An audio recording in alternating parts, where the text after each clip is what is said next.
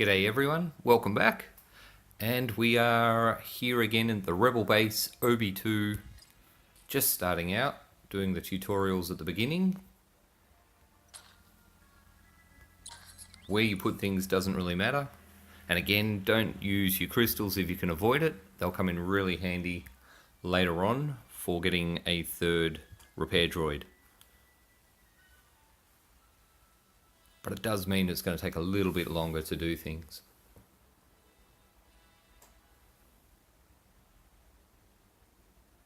So once we get through building the barracks, we can start making some rebel troopers, some infantry units. Train some troops so we can be ready for action. Exactly. Alright, let's have a look. Been a while since started brand new.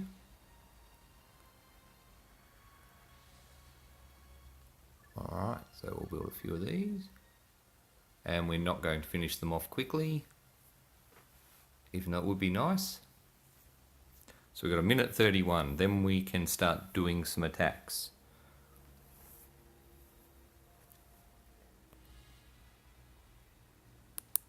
Yes, sir.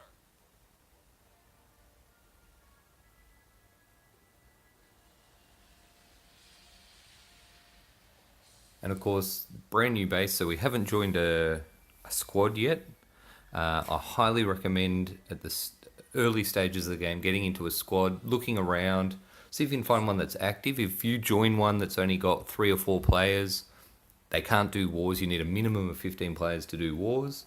And once you're level 3, you can start joining in those wars, getting some experience, picking up some excellent crates. The War Wing crates are brilliant. They help you to unlock elite units very early on. Even at level 3, if you're regularly doing wars, you can unlock AT-RTs, the A-Wings. You could unlock... you might need the air command for the A-Wing, but we can test that out. That's interesting. Maybe you can unlock it before you can even use it. You can unlock Kessin, and he is brilliant. A level 1 Kessin on a level 3 base would be just insane.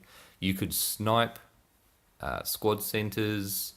You could probably even blow up headquarters. That might be worth trying, so let's give that a whirl. I'm not going to rush this base. I'm going to upgrade it slowly. I'm going to get out there and fight. I'm keen to see if we can hunt down the Game Hunters base and have some friendly attacks back and forth. That would be brilliant. And here we go. Join a squad to team up with players. Looks like our new allies have a mission for it. And we're off and running doing the missions, chapter missions. Humble Beginnings, level 1.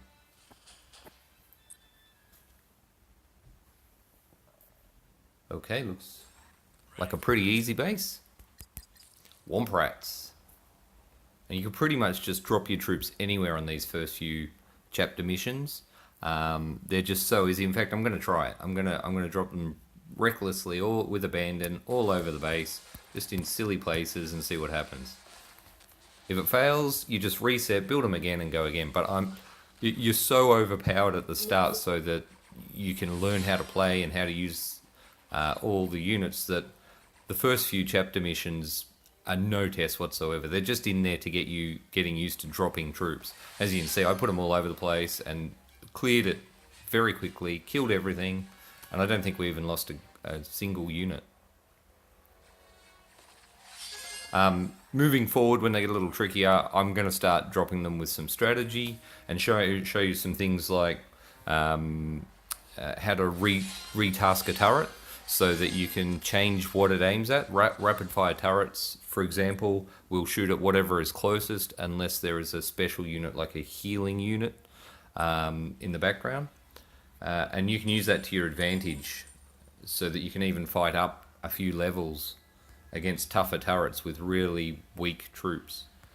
Alright, let's jump in here. Let's grab our daily supply crate. You can get one of these each day, and you also get, if you do conflicts, you can get crates from the conflicts, which are very useful. The higher up you finish in the conflict, if you're really grinding out and can finish Ultra Chrome, which is the top bracket that you can finish in, then you can unlock brilliant units, and there are all sorts of different things offered all the time. Some of them don't get offered to small bases, so you have to be a certain level to get them, but they'll give you alternatives based on your level. Okay, Bantha Rider, yeah, that's a pretty good unit at this level. Let's add him in. He's not going to be any use later. One other thing, if you notice up in the top left corner, we've got a little notification icon there with 4 sitting on it. When you log in, remember at this top screen you can move this one across, and there are often units in here that you can grab, and they go into your headquarters, your HQ. So make sure you claim those, check them every time, because some of those are brilliant, and even if they're not, you can use them and try them out. It's a great way to try out all the different types of troops that are available at different levels. So if we have a look at that, May the force be with you. oh, we're into the inventory. Hello, Agent. Yep. Already did that. Ahead of you, Jenica. So you can see that we got some A5 speeder trucks, and they spit out Wookiees. So you actually have the vehicle. It's a transport, and when it comes into battle, Wookiees come out of it. And the Wookiee level depends on what level your speeder trucks are. The higher they are, the better the Wookiees.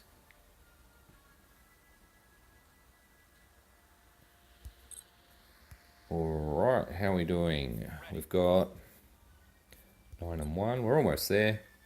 Let's grab a couple more. You'll notice around the base, there's all this junk. It literally is called junk. Assuming you have the resources, you can clear this up. Don't go crazy. You don't want to go broke on resources. Very important that you have credits for building troops so that you can go out and attack and get more credits and more alloy. I think I said that weirdly. And obviously you can only do 2 at once because you only have 2 repair droids. But once you collect some of these, you'll actually get crystals from them, which once you get to 500, you can get a 3rd repair droid. And I would do that as quick as you can. You also get crystals for doing the chapter missions. Once you complete an entire chapter and get 3 stars on each mission, you get bonus crystals for that as well. So quite quickly you can get a 3rd repair droid.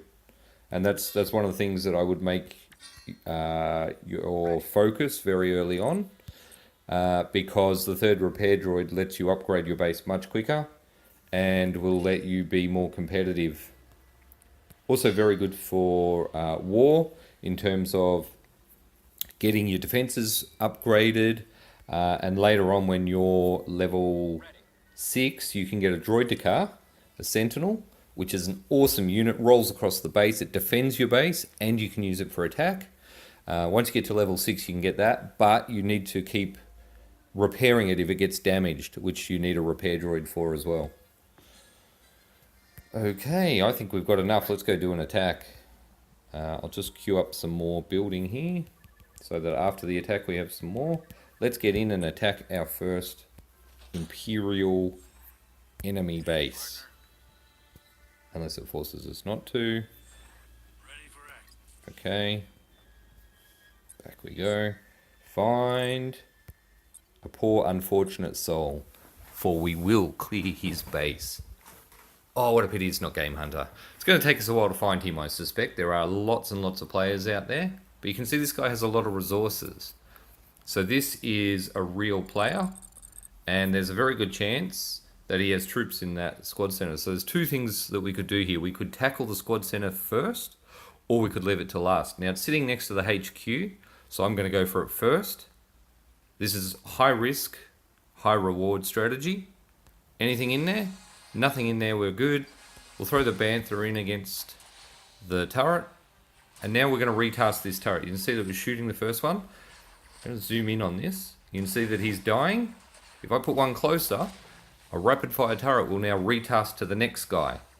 And we can keep doing this multiple times. If it's a high level turret, we can move closer and closer and closer and not lose any of those units using their combined firepower. And that can be the difference. If you get a good matchup with a turret, that can be the difference between whether your troops survive or not, and whether you get 3 stars or only 2 or 1. So we're going to do it again over here. So we'll just throw one down. And this is a pretty low level turret. So you can see it's going to kill one guy. That turret is going to win. And it might win against 3 or 4 individual units. But if you retask it, you can keep them alive and use the minimum that you need. So 2 is all that it looks like it needs. And you can retask it and use and that's the other thing. If you use the minimum number of units each battle, it means you can battle quicker. It means that you have more resources, and it also increases your skill. You get better and better at how to fight, so that later on, when it becomes important and it's a close battle, you'll be a much better fighter because of it. All right, easy battle. Sorry about that. 1, 2, 3, 4, 5, 6. But you are an Imperial player and you get everything that you deserve. I'm just kidding. Many of the Imperial players are great people, apart from those few rare cases that aren't. But it is fun to beat up on them. All right, so that's our first battle. I'll get something upgrading, and then we'll come back. What do we upgrade? I generally would upgrade your troop transport first, because that allows you to take more troops into battle. But also remember to go in and check what other things need to be built. So you have lots of structures here. Because I'm going to be doing lots of battles, I'm going to go pretty early for another barracks so I can boost out troops quickly. And I'm just going to throw them down. I'm not really fussed where they go at this stage. My next video, I'll work on actually creating a bit of a defense. We'll join a squad, and we'll maybe work on collecting some resources to get up to level 3. Or post below. Let me know what you think we should do. Should we just build this base up and make it really tough level 2 before we go to level 3? Or should we get it up to level 3, join a squad, and start doing some wars to unlock those elite units? Let me know what you think.